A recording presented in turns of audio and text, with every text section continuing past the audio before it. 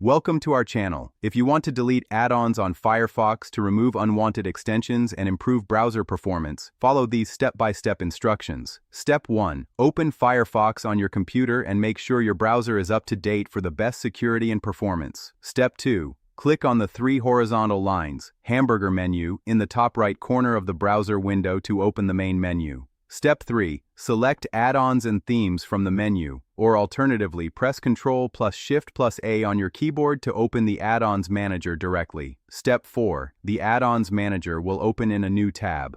Click on Extensions in the left sidebar to view all installed browser extensions and add-ons. Step 5. Review your list of extensions carefully. Look for any that you no longer use, don't recognize, or that may be causing browser issues or slowing down performance. Step 6. Click on the three-dot menu icon next to the extension you want to remove. This will open a small drop-down menu with management options. Step 7.